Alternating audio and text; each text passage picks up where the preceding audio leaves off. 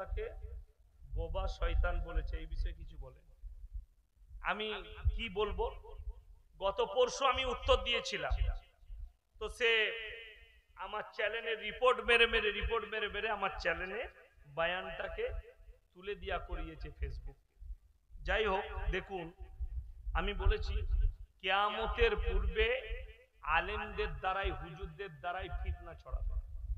আর এই গিয়াসউদ্দিন তাহিরি বলছেন এগুলোকে আমি মৌলবি মনে করি না, এগুলো বাউল বুষ্টম। আমার কাছে গান করে, ড্যান্স করে, এই নেচে নেচে জিকির করে, এগুলোকে আমি মৌলবির খাতায় রাখি না। এগুলোকে মৌলবি বললে গুনাহ হবে। মোট কথা, মৌলবি কারা আপনারা নিশ্চয়ই জানেন, আখলাক, চরিত্র, ব্যবহার। আচ্ছা, আমি কবার ড্যান্স করলাম স্টেজে, করেছি। আপনাকে এমন এমন জিকির শোনাবো বাংলাদেশের, ভয় খেয়ে যাবেন এখানে শুনিয়ে দিলে বক্সে। হ্যাঁ, এই বক্সে যদি লাগিয়ে দিই মাইকে, ভয় খেয়ে যাবে।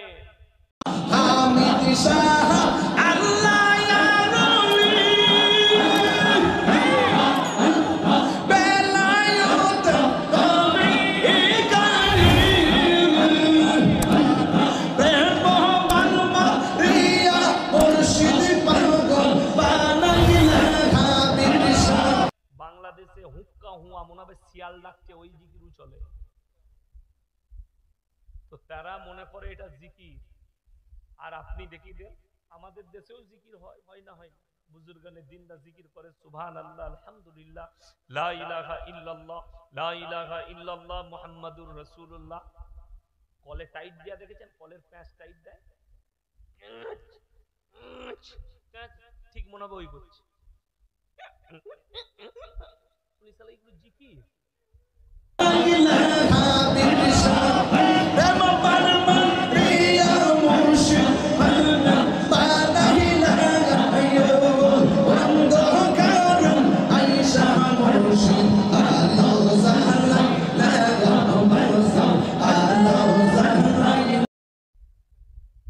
আজব ব্যাপার।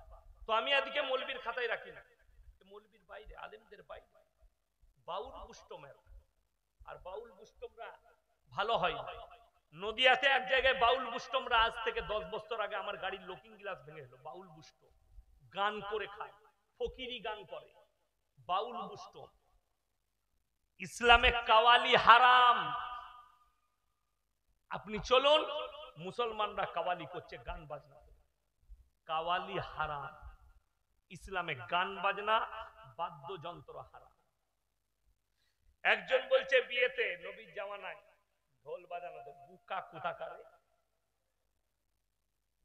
তুমি জানো হাদিসের ভুল ব্যাখ্যা করছো, কোরআনের ভুল ব্যাখ্যা করছো।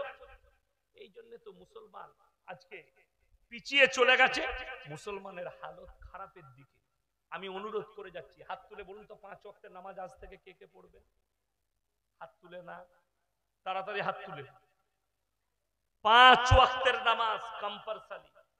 মায়েদিকে অনুরোধ করে যাচ্ছে, নামাজ জীবনে ছাড়বে না। নামাজ পড়ো যদি জীবনে শান্তি চাও। দুনিয়াতে ভালো মন্দ আর সম্পদটার নাম শান্তি নয়।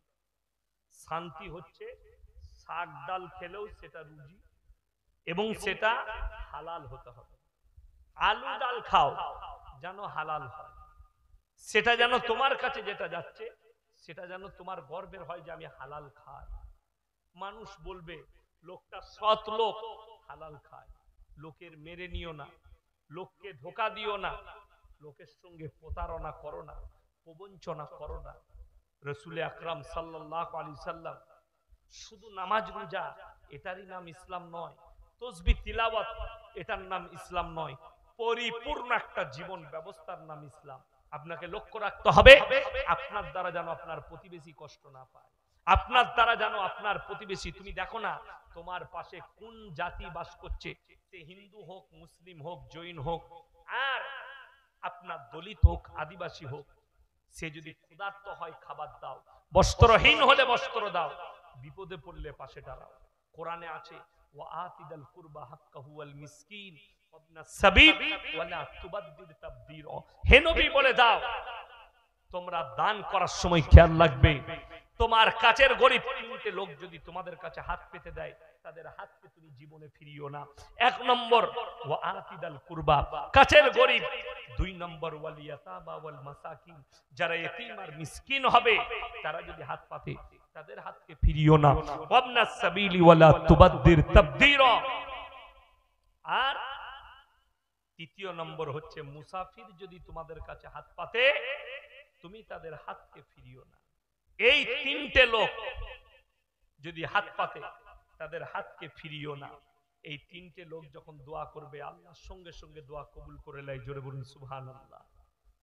যারা দান করেন মায়েরা শুনে যান, ভাইরা, আপনি যদি 1 টাকা ভিক্ষুককে দেন, মনে মনে একটা কথা ভাববেন, আল্লাহ তুমি আমাকে দেনেওয়ালা বানিয়েছো, আমাকে চাহনেওয়ালা বানাওনি।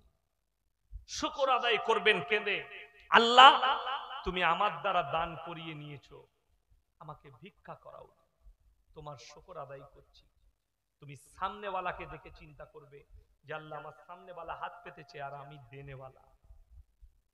টাকা হবে আপনার, আল্লাহ যেমন দিয়েছে।